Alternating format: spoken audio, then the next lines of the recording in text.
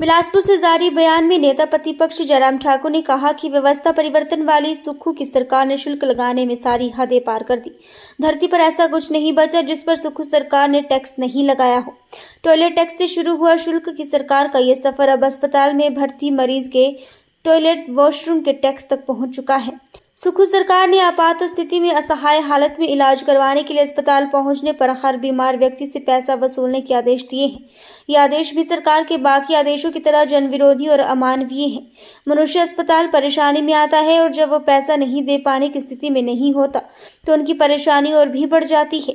नेता प्रतिपक्ष ने कहा कि अमृतकाल में देश के प्रधानमंत्री नरेंद्र भाई मोदी द्वारा पूरे देश को फ्री ड्रग पॉलिसी के तहत निःशुल्क उपचार और फ्री डायग्नोस्टिक इनिशिएटिव सर्विस के तहत निःशुल्क जांच की सुविधा दी गई है, जो देशवासियों हमारे संविधान द्वारा दिया गया मौलिक अधिकार है। ये दुखद है कि कांग्रेस की सुक्खू सरकार हिमाचल के लोगों का ये मौलिक अधिकार छीन रही है। उन्होंने कहा कि जांच के लिए आईजीएमसी जैसे अस्पताल 3 से 6 महीने बाद का समय मिल रहा है। आए दिन जांच न होने, सर्जिकल सामान खत्म होने, दवाइयों के खत्म होने से परेशान मरीजों की खबरें समाचार पत्रों की सुर्खियां बनती हैं, लेकिन सरकार शुल्क लगाने में व्यस्त है। हिमाचल प्रदेश में कांग्रेस की सरकार जब से बनी है, गरीब लोगों के ऊपर लगातार टैक्स पे टैक्स लगते जा रहे हैं।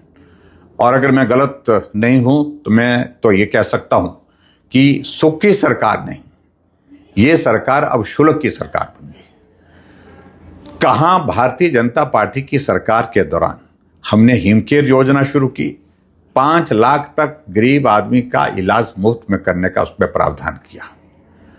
और आज हिमाचल प्रदेश में सुख की सरकार यानी कि शुल्क की सरकार ने यह स्थिति पैदा कर दी कि आप हॉस्पिटल में पर्ची बनाएंगे तो पर्ची का भी 10 रुपए लगेगा और 133 टेस्ट जो होते थे वो जो फ्री होते थे उस पर भी अब फ्री नहीं होंगे, उस पर भी पैसा लिया जाएगा। बस में कदम रखेंगे 10 रुपए लगेंगे, चाहे आप 4 कदम की यात्रा करो।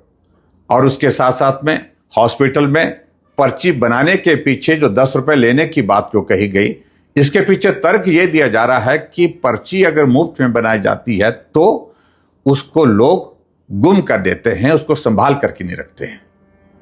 और अब तो पर्ची की बात तो छोड़िए, अब सारी चीजों पर जो है वो टैक्स लगेगा। बहुत ही दुर्भाग्यपूर्ण है।